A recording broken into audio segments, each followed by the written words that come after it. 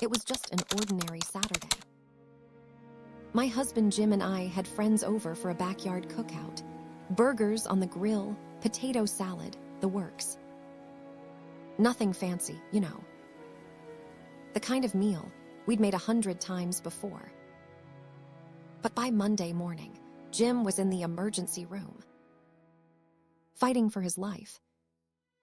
His temperature was 104, he couldn't keep anything down, and the doctors were using words like severe dehydration and systemic infection, all from a hamburger that wasn't cooked properly. I remember standing in that hospital hallway, watching them rush him into intensive care, thinking, how could this happen to us? We're careful people. That was 3 years ago, and it changed everything about how I approach food safety in our home. Hi, I'm Mary, and today I want to share what I've learned, because what happened to Jim could happen to anyone. I need to tell you exactly what happened to Jim, because understanding the severity might save someone you love. Jim was 67 when this happened, healthy, active, played golf twice a week. The burger he ate looked perfectly fine, slightly pink in the middle, which he always preferred. But within 36 hours, he started having severe stomach cramps.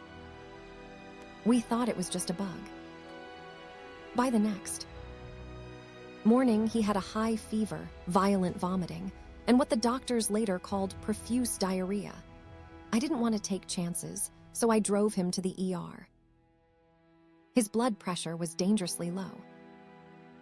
Tests showed he had E.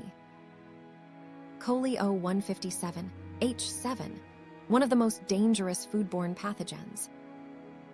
It releases toxins that can cause kidney failure. And that's exactly what started happening to Jim. He spent 9 days in the hospital. The doctors told me later that if we'd waited even a few more hours to come in, he might not have made it. 9 days. From a backyard burger that wasn't cooked to the right temperature.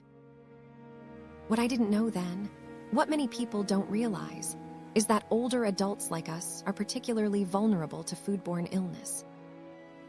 Our immune systems aren't as robust as they once were. What might give a 30-year-old a day of discomfort can put someone over 65 in the hospital. Or worse. Since Jim's illness, I've learned so much about why food safety is especially important for older adults. It's not just about being careful. It's about understanding that our bodies respond differently as we age. First, our immune systems naturally weaken over time. It's just part of aging. The mechanisms that fight off bacteria and viruses don't work as efficiently as they once did. So infections that a younger person might shake off can hit us much harder. Second, many seniors have chronic conditions like diabetes, heart disease, or cancer, all of which can further compromise immunity. Jim has type 2 diabetes, which the doctors said definitely contributed to how severely the E. coli affected him. Third, our digestive systems change. We produce less stomach acid, which is actually one of our body's natural defenses against ingested pathogens. Lower acid levels mean bacteria are more likely to survive the journey through our stomachs. And finally, many of us take medications that can further suppress immune function or reduce stomach acid. Jim takes a proton pump inhibitor for acid reflux. Turns out that medication, while helpful for his reflux, made him more vulnerable to foodborne illness. The CDC estimates that adults over 65 are 4 to 10 times more likely to be hospitalized with food poisoning than younger adults. That's not a small difference, it's enormous. And yet, how many of us adjust our food safety practices as we age? I certainly didn't. Until I almost lost Jim. After Jim came home from the hospital, I became almost obsessive about understanding what went wrong. I talked to food safety experts, took online courses, Even had our local health department visit our home to evaluate our kitchen practices. What I discovered shocked me. Our kitchen, which I always thought was clean, was full of hidden dangers. Let's start with cross-contamination. The cutting board I used for vegetables was the same one I had just used for the raw burger meat. I wiped it off with a dishcloth, but I didn't properly sanitize it. Those invisible E. coli bacteria transferred from the meat to the vegetables in our salad. And since the vegetables weren't cooked, the bacteria survived and made it to our plates. Then there's temperature control. I was using an old dial thermometer that hadn't been calibrated in years. When the experts tested it, it was reading almost 15 degrees higher than the actual temperature. So when I thought those burgers were at a safe 160 degrees, they were actually much lower, in the danger zone where bacteria thrive. Our refrigerator was running at 42 degrees, just slightly above the recommended maximum of 40 degrees. Those extra 2 degrees create an environment where bacteria can grow much faster. And our kitchen sponge. It was teeming with bacteria. I was using it to wipe counters after preparing raw meat, essentially spreading contaminants everywhere. One expert told me kitchen sponges are often the dirtiest items in the entire house, harboring more bacteria than toilet seats. These weren't dramatic mistakes. I wasn't being reckless. These were small oversights that accumulated into a dangerous situation. And I suspect many of you watching might have similar blind spots in your own kitchens. After the experts evaluated our kitchen, they helped me implement what they call the 4 core principles of food safety. These aren't complicated, but they require consistency and attention to detail. The first principle is clean. This goes beyond just keeping a tidy kitchen. It means washing hands properly with soap for at least 20 seconds before and after handling food. It means sanitizing cutting boards and countertops, especially after they've been in contact with raw meat, poultry, or seafood. It means replacing or properly sanitizing sponges and dishcloths regularly. And it means washing produce thoroughly, even if you're going to peel it. The second principle is separate. This is all about preventing cross-contamination. Use separate cutting boards for raw meat and produce. Store raw meat on the bottom shelf of your refrigerator so it can't drip onto other foods. Use different utensils for handling raw and cooked foods. Even maintain separate cleaning cloths for different purposes in the kitchen. The third principle is cook. This one hit home hardest for us, obviously. Every type of food has a safe minimum internal temperature.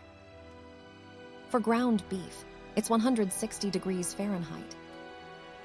For chicken, it's 165. For fish, it's 145. These aren't suggestions, they're safety thresholds. And the only way to know for sure if you've reached them is with a reliable food thermometer. Not by color, not by texture, not by how long it's been cooking, only by temperature. The fourth principle is chill. Bacteria multiply rapidly between 40 and 140 degrees Fahrenheit, what safety experts call the danger zone. Refrigerate perishable foods within 2 hours of preparation, 1 hour if it's above 90 degrees outside. Make sure your refrigerator is set below 40 degrees and your freezer at 0 or below. And don't thaw foods on the counter. Use the refrigerator, cold water with frequent changes, or the microwave. These principles sound simple, but applying them consistently requires developing new habits. After Jim's illness, I had to unlearn decades of kitchen practices that I thought were fine, but were actually putting us at risk. Let's talk specifically about ground beef, since that's what nearly took Jim's life. There's a critical difference between a steak and a hamburger that many people don't understand. With a steak, bacteria are primarily on the surface of the meat. When you cook a steak, even if you like it rare, the outside gets hot enough to kill those surface bacteria. The inside of an intact cut of meat is relatively protected from contamination. But ground beef is different. When meat is ground, those surface bacteria get mixed throughout the entire product. So bacteria that were once only on the surface are now distributed throughout the burger. That's why cooking a burger to medium rare is much riskier than eating a medium rare steak. Ground beef needs to reach 160 degrees Fahrenheit throughout to be safe. No exceptions. Not 155, not 158, 160 degrees. And the only way to know is with a good digital food thermometer. Jim always preferred his burgers a little pink in the middle. He'd say, "That's how a good burger should be," but that slight pinkness nearly cost him his life. Now, he's the first one to grab the thermometer when we're grilling. And here's something else I learned. Color is not a reliable indicator of safety. Some ground beef might look brown and be unsafe, while some might still have a hint of pink at 160 degrees and be perfectly safe. It's all about the temperature, not the appearance. As I've gotten more involved in food safety education, I've noticed certain habits and situations that are particularly common among older adults that can increase risk. First, many of us grew up in an era with different food safety standards. My mother used to leave food out all day for people to graze on. She'd taste raw cookie dough, leave the Thanksgiving turkey on the counter for hours, and rarely used a food thermometer. We survived, so we assume these practices are fine. But food production systems have changed, our bodies have changed, and the risks have increased. Second, many seniors are cooking for fewer people than they used to. When you're used to cooking for a family of 5, and suddenly you're cooking for 1 or 2, it changes everything. Leftovers become a bigger part of your diet. And improper storage or reheating of leftovers is a major source of foodborne illness. Third, our senses of smell and taste diminish with age. This means we're less likely to detect when food has spoiled. Jim used to have an uncanny ability to tell if milk was starting to turn. Now he can't tell until it's obviously curdled. Fourth, many seniors are on fixed incomes and understandably concerned about food waste. This can lead to keeping food longer than is safe, or cutting moldy parts off food and eating the rest. While that might be okay for certain hard cheeses, it's dangerous for many other foods where toxins can spread invisibly beyond the moldy area. Finally, many of us are caregivers for spouses or other family members with health conditions. When you're focused on managing someone's medication schedule or helping them with basic needs, food safety might not get the attention it deserves. Recognizing these patterns has helped me make targeted changes to our routines. And it's made me a better advocate when I talk to friends my age about protecting themselves. After Jim came home from the hospital, we implemented dozens of changes to our food handling routines. Some were major shifts, but many were small adjustments that have made a huge difference in our safety. We invested in good tools. A digital food thermometer with instant read, not the old dial kind. A refrigerator thermometer to make sure our fridge stays below 40 degrees. Color-coded cutting boards, red for raw meat, green for produce. And a timer that we use religiously to track how long perishable food has been out. We changed how we shop. We buy smaller quantities more frequently, so food doesn't sit as long in our refrigerator. We bring an insulated bag with ice packs for transporting refrigerated items, especially in summer. And we make grocery shopping our last errand, not our first, so food doesn't sit in a warm car. We revolutionized our leftover system. Food goes into shallow containers that cool quickly, labeled with the date. Nothing stays in the refrigerator more than 3 or 4 days. When we reheat, we use a food thermometer to ensure leftovers reach 165 degrees. And we've learned the truth of the saying, when in doubt, throw it out. We've become much more careful about high-risk foods. Rare burgers are a thing of the past. Raw sprouts, which Jim used to love on sandwiches, are off the menu. They've been linked to too many outbreaks. We're extremely careful with deli meats, heating them to steaming before eating. And pre-cut fruit and vegetables get an extra wash before consumption, even when the package says pre-washed. Perhaps most importantly, we've changed how we think about food safety. It's not about being paranoid. It's about understanding that protecting our health requires more care as we age. It's about recognizing that the stakes are higher now than they were when we were younger. These changes didn't happen overnight. They evolved as we learned more, as we practiced, as we made food safety a priority rather than an afterthought. And yes, occasionally we still slip up, we're human. But our baseline practices are so much better now that even our occasional mistakes are less likely to cause harm. One of the most important lessons from our experience was learning when to take symptoms seriously and seek medical help. This knowledge might be even more important than prevention, because foodborne illness can still occur despite our best efforts. The first sign that Jim's stomach bug was something more serious was the fever. Low-grade gastrointestinal issues don't typically cause high fevers. When his temperature hit 101, I should have been more concerned. By the time it reached 104, we were already in dangerous territory. The second warning sign was the severity and persistence of his symptoms.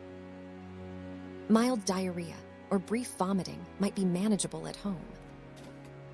But when symptoms are violent, painful, or persistent, that's your body telling you something is seriously wrong.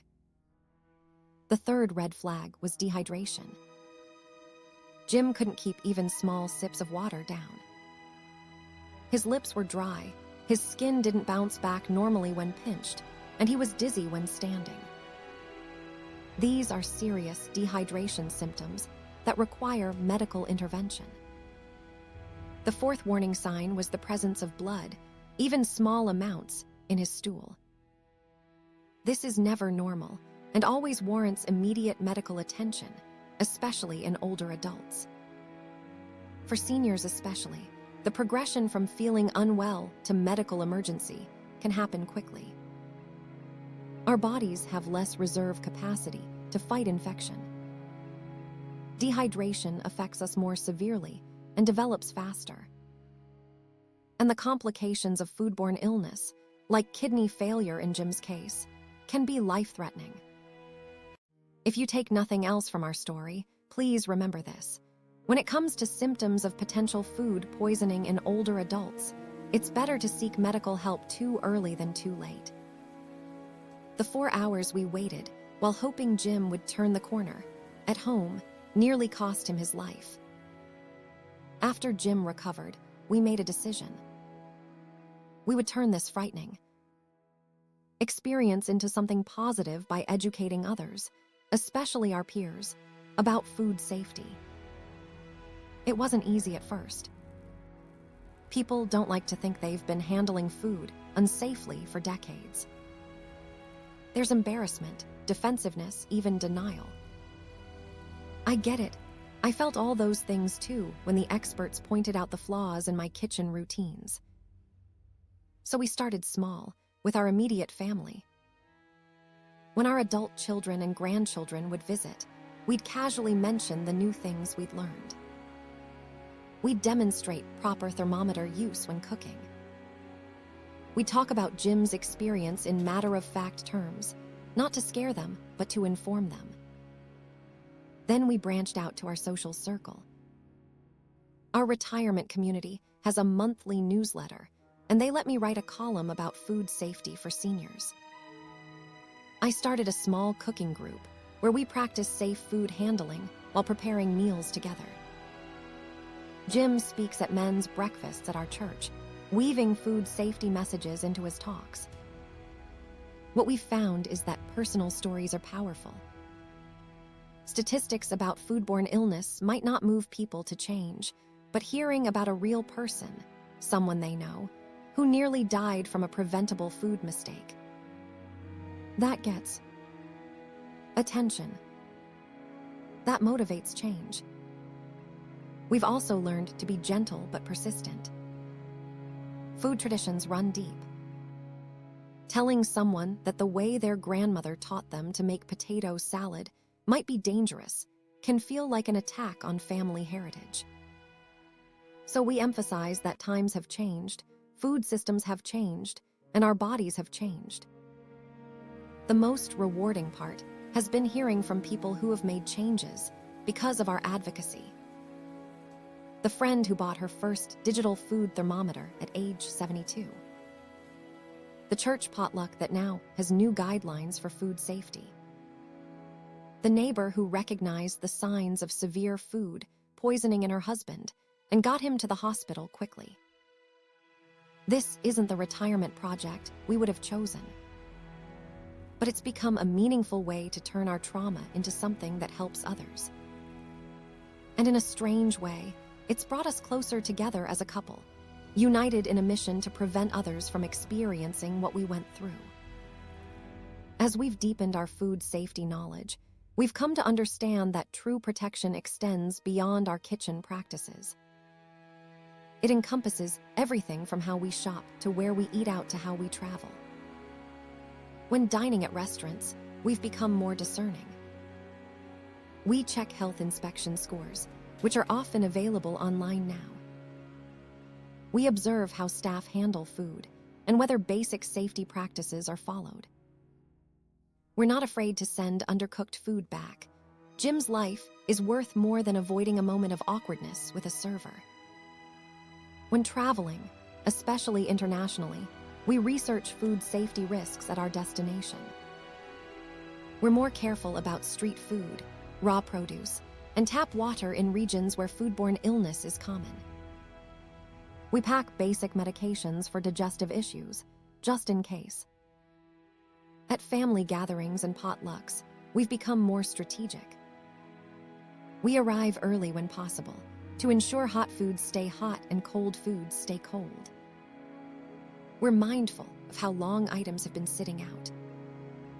And yes, sometimes we bring our own dishes that we know are safely prepared, especially to events where food might sit out for hours. We've also learned about the broader food safety system. We pay attention to recalls and outbreaks reported in the news. We've signed up for FDA and USDA food safety alerts. We understand better how food moves from farm to table and where contamination can occur along the way. This comprehensive approach to food safety has given us confidence without making us fearful. We can still enjoy food, including trying new cuisines and restaurants, but we do it with awareness and reasonable precautions. The goal isn't to live in fear or to obsess over every bite. It's to incorporate smart practices that become second nature, so we can enjoy our meals without unnecessary risk. Because food should be one of life's pleasures, not a source of danger. It's been 3 years since that hamburger nearly took Jim from me. 3 years of learning, adjusting, advocating, and yes, still enjoying good food, just more safely now. I sometimes think about how differently things could have turned out if we'd waited a few more hours before going to the hospital. If the doctors hadn't recognized the seriousness of his condition immediately. if his kidneys had sustained permanent damage. But I try not to dwell on those thoughts.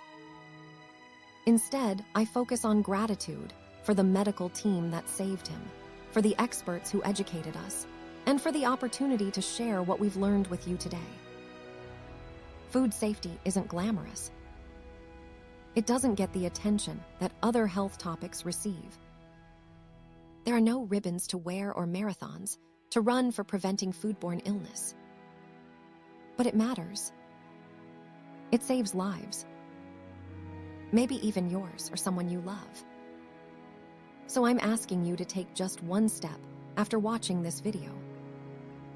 Maybe it's buying a digital food thermometer. Maybe it's checking your refrigerator temperature. Maybe it's signing up for recall alerts or committing to better hand-washing habits in the kitchen. Just one change can make a difference. Jim and I started with one change too, and it led to a complete transformation in how we approach food safety. If you have questions about anything I've discussed today, please leave them in the comments. And if you found this information valuable, please share it, especially with the older adults in your life. What you share might save someone from going through what Jim experienced. Thank you for listening to our story. From our kitchen to yours, stay safe, stay healthy, and enjoy your food.